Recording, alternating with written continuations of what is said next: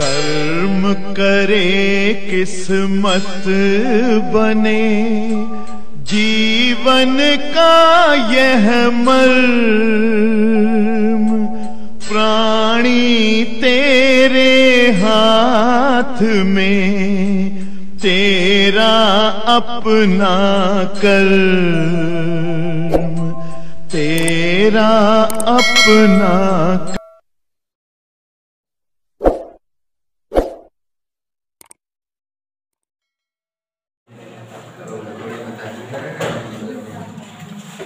प्यारे बच्चों, हम लोगों ने कल पढ़ा कि ताप एक ऐसी भौतिक राशि है जिसके द्वारा वस्तुओं के ठंडेपन या गर्माहट की माप होती है। और यह भी पढ़ा हम लोगों ने, अगर याद हो आप लोगों को, ताप की माप करना तापमापन कहलाता है। और ताप की माप करने के लिए प्रयुक्त यंत्र तापमापी कहलाते हैं। जैसा कि आपको देवेश जी बताए थे कि दुनिया में सबसे पहले जो तापमापी प्रमाणिक बना वो था पारे का तापमापी। कांच की लंबी बेलनाकार क्या थी, एक नली, और खोखली थी जिसमें जो है जिसका मुख घुंडी नुमा था, पारा भर करके जिसका मुख बंद कर दिया गया था। और इस जो है नलिका को पहले पिघलते बर्फ के संपर्क में रख करके जहां तक पारा गया वहां एक चिन्ह बना दिया गया। फिर इस नलिका को वायुमंडलीय दाब पर खौलते जल के संपर्क में रख करके एक दूसरा चिन्ह बनाया गया। दोनों चिन्ह क्रमशः प्रारंभिक बिंदु ताप और अंतिम बिंदु ताप कहलाए। दोनों बिंदुओं के बीच की लंबाई कई समान भागों में बांटी गई। हर दो भागों के बीच की दूरी 1 डिग्री कहलाई। और इस तापमापी को विभिन्न अन्य वैज्ञानिकों ने थोड़ा परिवर्तन करके अन्य प्रकार के तापमापी भी बनाया। जैसा कि आप जान रहे हो, श्रीमान विकास ठाकुर जी, सेल्सियस चाचा ने प्रारंभिक बिंदु ताप को 0, शीर्ष बिंदु ताप को 100, बीच में 100 भाग रखे, हर दो खानों के बीच की लंबाई को 1 डिग्री सेंटीग्रेड कहे, और ये तापमापी बना जो है शिवांशु सेल्सियस तापमान बना। ऐसे ही बेटा पारे के तापमापी में प्रारंभिक बिंदु तापमान को 273, शीर्ष बिंदु तापमान को 373, दोनों खानों के बीच 100 लंबाई हो अगर डोला तो इसे जो है केल्विन ताप पैमाना कहते हैं। ऐसे ही प्रिंसे जी जब जो है फ़ारेनहाइट चाचा ने प्रारंभिक बिंदु ताप को 32 और शीर्ष बिंदु ताप को 212, मध्य के भाग को 180, समान भागों में बांटा अनुराग जी, तो ये फ़ारेनहाइट ताप पैमाना बना। और ऐसे र्यूमर ने प्रारंभिक बिंदु ताप को 0 लिखा, शीर्ष बिंदु ताप को क्या लिखा, 80। और इस प्रकार जो है बेटा बीच में 80 भाग बनाए। हर दो क्रमागत भागों के बीच की लंबाई 1 डिग्री र्यूमर कहलाई। और ये हमारा र्यूमर ताप पैमाना बना। और अगर याद हो देवेश जी, तो एक ताप को दूसरे ताप में बदलने का हमने आपको एक फार्मूला बताया कि इस फार्मूले के द्वारा हम लोग जो है तापमापी के ताप में परिवर्तन, सेल्सियस को केल्विन में, केल्विन को फ़ारेनहाइट में बदल सकते हैं। तरीका बताया कि जिस तापमापी को बदलना रहे पहले उसका प्रतीक चिन्ह लिखो, फिर माइनस का चिन्ह लगा करके प्रारंभिक बिंदु ताप लिखो और बटे खानों की संख्या। तो जैसे सेल्सियस है तो C -0, प्रारंभिक बिंदु ताप 0 बटे 100, केल्विन है तो K -273 बटे 100, फ़ारेनहाइट है तो F -32 बटे 100, और र्यूमर है तो R -0 बटे 80। तो इन सूत्रों से कोई भी ताप किसी अन्य ताप में बदल जाता है, यही ना बेटा। और बच्चों जैसे कि पदार्थ के कुछ गुण, लंबाई, ध्यान से सुनना हमारी बात, लंबाई, ध्यान से सुनो, पदार्थ के गुण जैसे लंबाई, क्षेत्रफल, आयतन, प्रतिरोध, क्या क्या बोले एक बार फिर से सुनो, लंबाई, क्षेत्रफल, आयतन, प्रतिरोध, दाब, ये सब बेटा ताप के समानुपाती होते हैं। ताप को बढ़ाया जाता है तो ये सारी चीजें बढ़ती हैं। ताप बढ़ाने पर पदार्थ की लंबाई भी बढ़ती है, क्षेत्रफल भी, आयतन भी और दाब भी, ठीक है ना, प्रतिरोध भी, ये सब चीजें बढ़ती हैं। तो ये सारे गुण ताप के समानुपाती हैं। इस बात को लेकर विभिन्न वैज्ञानिकों ने बहुत भयानक भयानक तापमापी बनाए, जिनके द्वारा कम से कम तापमान से लेकर के अधिक से अधिक तापमान की गणना की जा सकती थी। कैसे? जैसे मान लो एक क्षण है, लोगों ने देखा कि 0 डिग्री सेंटीग्रेड तापमान पर उसकी लंबाई 10 सेमी है, फिर उसको 100 डिग्री सेल्सियस तापमान पर रख दिए तो देख लिए उसकी लंबाई जो है 15 है। कितना बढ़ गई लंबाई? 5। ताप कितना बढ़ा है? 100। तो कैलकुलेशन कर लेंगे कि 100 ताप बढ़ाने पर लंबाई बढ़ती है 5। अब अगर उस क्षण को किसी वस्तु पर रख दे और उसकी लंबाई बढ़ के 20 हो जाए और कहें कि उसका तापमान बताओ, तुरंत कैलकुलेशन करके निकाल लेंगे कि लंबाई अब कितना बढ़ रही? 10। 5 बढ़ती है 100 के ताप पर, तो 10 बड़ी होगी 200 के ताप पे। इसका मतलब अमुक वस्तु का तापमान कितना है? 200। गणना करके निकालने लेते। तो बच्चों, जो पदार्थों का गुण ताप के समानुपाती है, इस बात को लेकर के साइंटिस्टों ने विभिन्न प्रकार के तापमापी बनाए। जैसे स्थिर आयतन गैस तापमापी, तो उसमें आयतन और ताप से संबंध लेकर बनाया गया था। वायु दाब तापमापी, मतलब जिसमें दाब और ताप को लेकर के तापमापी बनाया गया था। प्लेटिनम प्रतिरोध तापमापी, जिसमें प्रतिरोध और ताप के गुणों को लेकर के तापमापी बनाया गया था। ठीक है, तो ऐसे ही कई विभिन्न प्रकार के तापमापी बनाए गए थे, जिनमें जो है, जिनके द्वारा हम बहुत कम से कम ताप से लेके ज़्यादा से ज़्यादा तापमान की गणना कर सकते थे। अब हालांकि कोर्स में नहीं है। यहाँ देखो, पदार्थों के गुण, अगर उन्हें बेटा गुण को हम x से लिखें, गुण मतलब जैसे लंबाई, क्षेत्रफल और क्या बेटा? आयतन, प्रतिरोध, दाब आदि। ठीक है, पदार्थों के जो गुण हैं, गुण मतलब क्या क्या? लंबाई है, क्षेत्रफल है, आयतन है, दाब है, प्रतिरोध है। ये सब किस पर डिपेंड करते? ताप। ताप वृद्धि के साथ बढ़ते हैं। यदि 0 डिग्री सेंटीग्रेड ताप पर ये गुण x0 हो, मतलब 0 डिग्री सेल्सियस पर लंबाई या क्षेत्रफल x0 हो, 100 डिग्री सेंटीग्रेड तापमान पर ये गुण x100 और t डिग्री सेंटीग्रेड तापमान पर ये गुण xt हो, तो सूत्र बना है अज्ञात ताप ज्ञात करने का। कौन सा ताप ज्ञात करने का? अज्ञात ताप T हेतु कई सूत्र बने हैं। जैसे अज्ञात ताप T पर गुण निकालना हो तो xt बराबर x0 1 प्लस अल्फा T, जहां अल्फा ताप प्रसार गुणांक है। क्या है बेटा? और अल्फा की वैल्यू निकालने का भी सूत्र बना है, बताएं। xt माइनस x0 हमेशा इंटू x0t या x100 माइनस x0 अपान x0 इंटू 100। इन गुणों, इन सूत्रों से जो है हम क्या निकाल सकते हैं? ताप प्रसार गुणांक। और इस सूत्र से किसी विशेष ताप पर गुण, और अगर गुण पता रहा है तो ताप आ जाए। इधर क्लियर? गुण पता रहा है, क्या पता लग जाए? समझ आ रहा है? तो ये सूत्र जो है पहले यूज होते थे। ऐसे तापमापी बनते थे जिनके द्वारा कम से कम -200 डिग्री सेंटीग्रेड से अधिक 1600 डिग्री सेंटीग्रेड का तापमान ज्ञात किया जा सकता था। यहाँ x मतलब क्या हो सकता है? लंबाई, प्रतिरोध, क्षेत्रफल। ऐसे ही जैसे स्थिर आयतन, एक तापमापी बना था, स्थिर आयतन गैस तापमापी।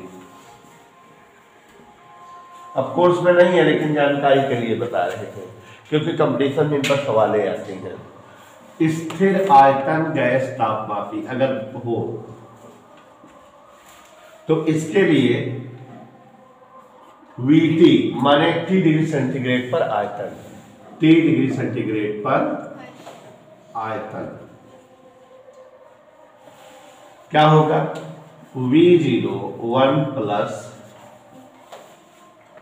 ठीक है, और अल्फा क्या होगा? VT जहां जाए अक्सर लोगों में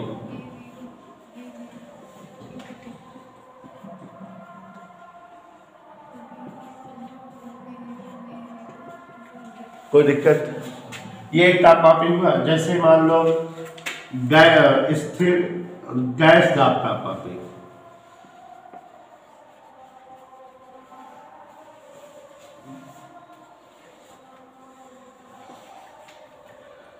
तो यहां PT, अब जहां जाए अक्सर वहां क्या लिख उठेगा बेटा?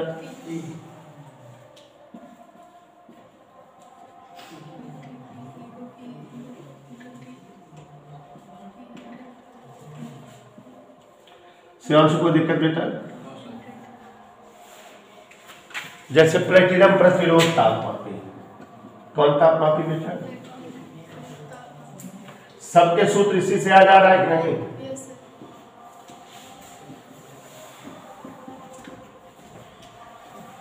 RT बराबर प्रतिरोध को RT लिखेंगे और अल्फा का सूत्र क्या होगा? RT माइनस R0 बटे R0 इंटू T, या R100 माइनस R0 बटे R0 इंटू 100। ऐसे ही और भी तापमापी का हम सूत्र दिखा सकते हैं। लॉजिक देखो, सब में सूत्र दिखा रहे हैं तो यही सूत्र सब में आ जा रहे हैं कि नहीं? कोई दिक्कत? समझ आ रहा है बेटा?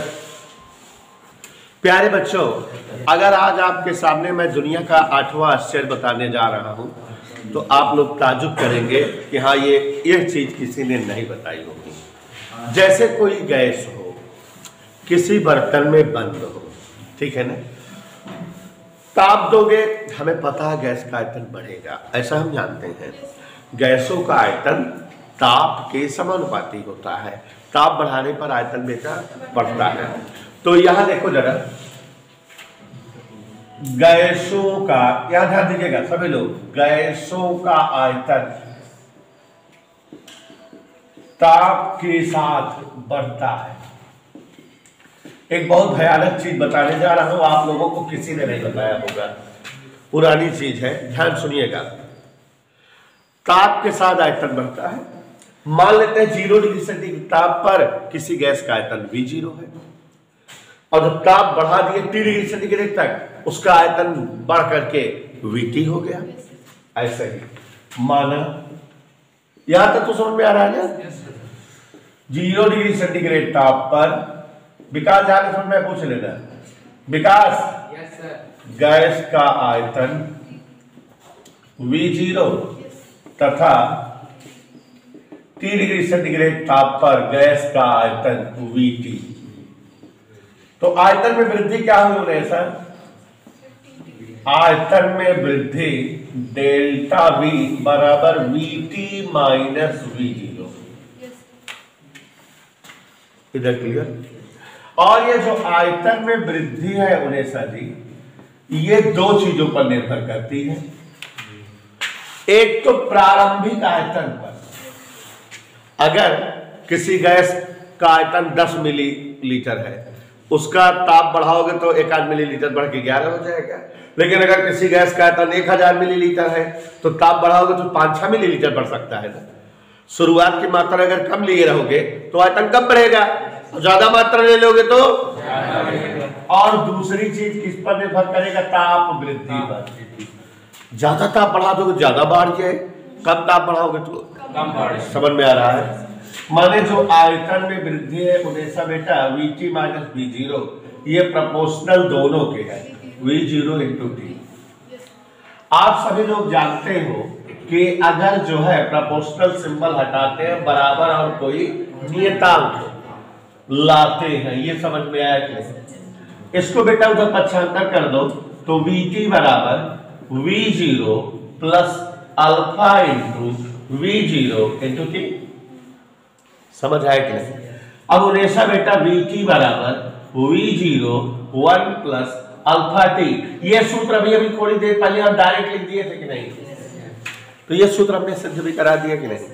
अब एक मिनट, कोई बोलेगा नहीं, अगर बेटा T1 डिग्री सेंटीग्रेड ताप तक हम गैस को गर्म करें और उसका आयतन V1 हो, कितने ताप तक?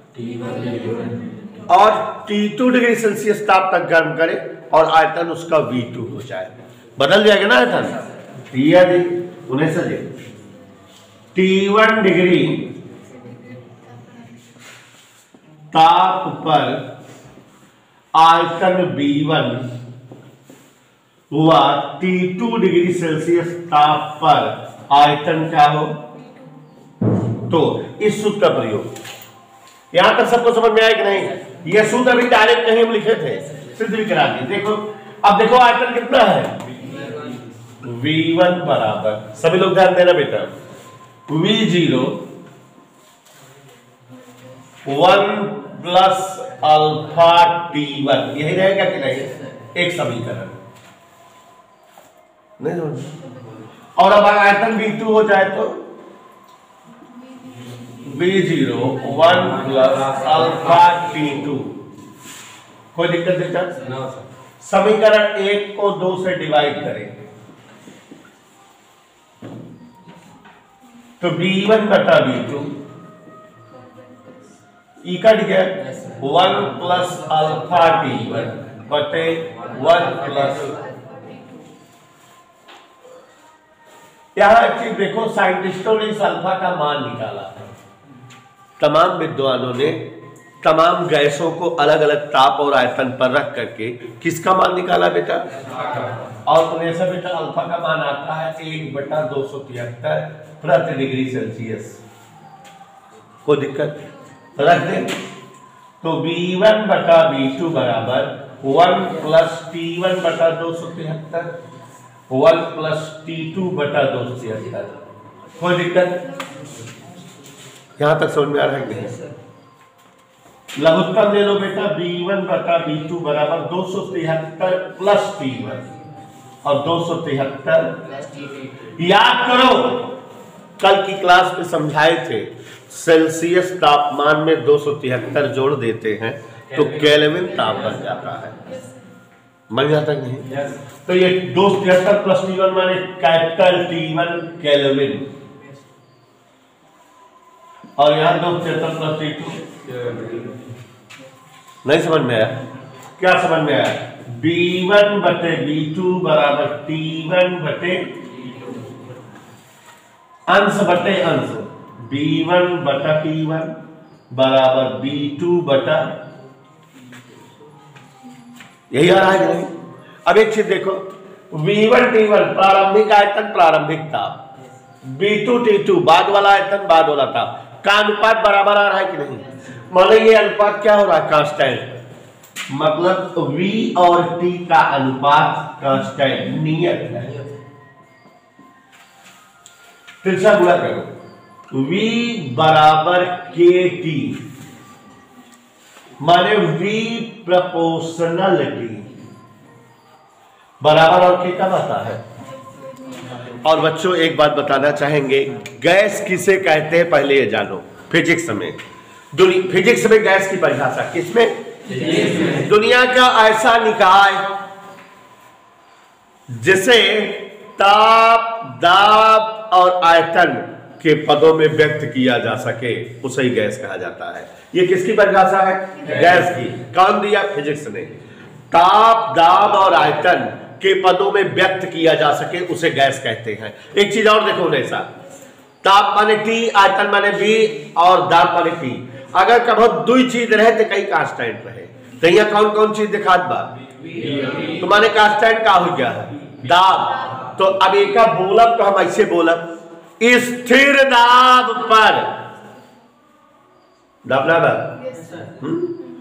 स्थिर दाब पर, क्यों बताए ना हो भाई, बहुत बढ़िया चीज बताओ जाता है। स्थिर दाब पर गैसों के निश्चित द्रव्यमान का आयतन परम ताप के समानुपाती होता है।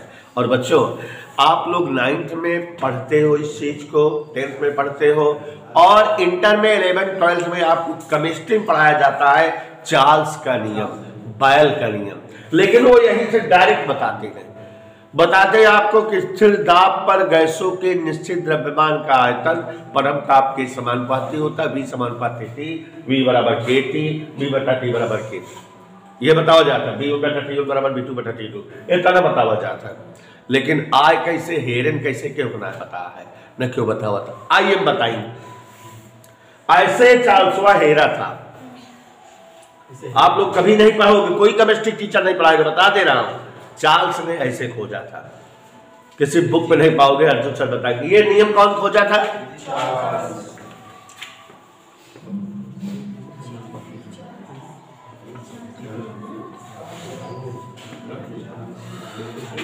याद आया कि नहीं? क्या है चार्ल्स का नियम? यहीं से बोल दिया जाएगा। स्थिर दाब पर गैसों के निश्चित द्रव्यमान का आयतन उसके परम ताप के समानुपाती। कठिन है? आप केमिस्ट्री में यहां से पढ़ते हो, यहां तक पढ़ते हो उलट के, लेकिन ये डेरिवेशन किसी ने नहीं बताया है। तो देखो आज बता दिए कि नहीं बताया?